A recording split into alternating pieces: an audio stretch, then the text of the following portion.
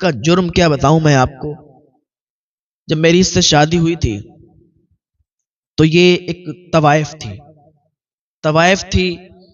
تو میں نے اس کو، یہ جو اللہ کا نیک بندہ تھا، اس نے اپنا جو ڈیرا تھا وہ قبرستان کے قریب میں ڈال لیا.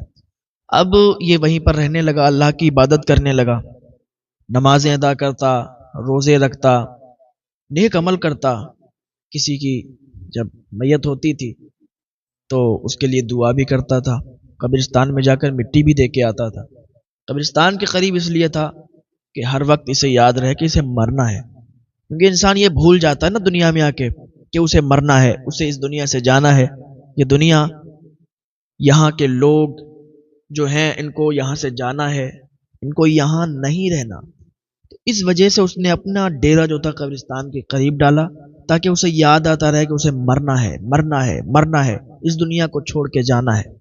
ہاں، باقی یہ قید خانہ ہے، یہاں کوئی اصلی گھر کسی کا نہیں ہوتا، یہ قید خانہ ہے. اور یہاں سے جب انسان مر جاتا ہے پھر اپنے اصلی گھر میں پہنچ جاتا ہے.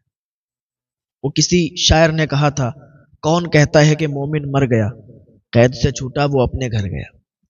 تو اس طریقے سے یہ وہاں پر رہتا رہا. تو ایک دن کیا دیکھا کہ ایک جنازہ قبرستان میں آیا، جو کہ ایک عورت کا جنازہ تھا. اس کے ساتھ بہت سے لوگ تھے، اس کو دفنا کر کے چلے گئے. اب یہ وہاں پر روز جب سوتا تھا تو اسے خواب آتا تھا کہ قبرستان کے سارے مردے، جب سے یہ جنازہ آیا قبرستان میں تب سے اسے خواب آنا شروع ہو گیا کہ قبرستان کے جتنے مردے ہیں خواب میں آتے ہیں اور کہتے ہیں کہ مجھے بچا لو، یہ جو عورت آئی ہے اس کی وجہ سے ہم سارے لوگ پریشان ہیں، اس پر عذاب ہوتا ہے اور ہم سارے لوگ پریشان ہو جاتے ہیں. ایک دن خواب دیکھا، دوسرے دن لیٹا، پھر وہی خواب آیا. یہ اللہ کا نیک بندہ کہتا ہے، میں نے خواب میں ہی ان مردوں سے بات کی. میں نے پوچھا کہ آخر تم لوگ کیوں پریشان ہو؟ تو وہ کہنے لگے کہ ہم لوگ اس لیے پریشان ہیں، اس پر ہر دن عذاب ہوتا ہے، ہر دن اسے عذاب میں مبتلا کیا جاتا ہے.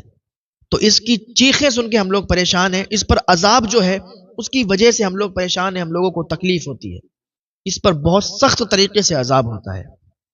تو اچھا یہ سمجھا کہ خواب ہے، خواب جھوٹا بھی ہو سکتا ہے.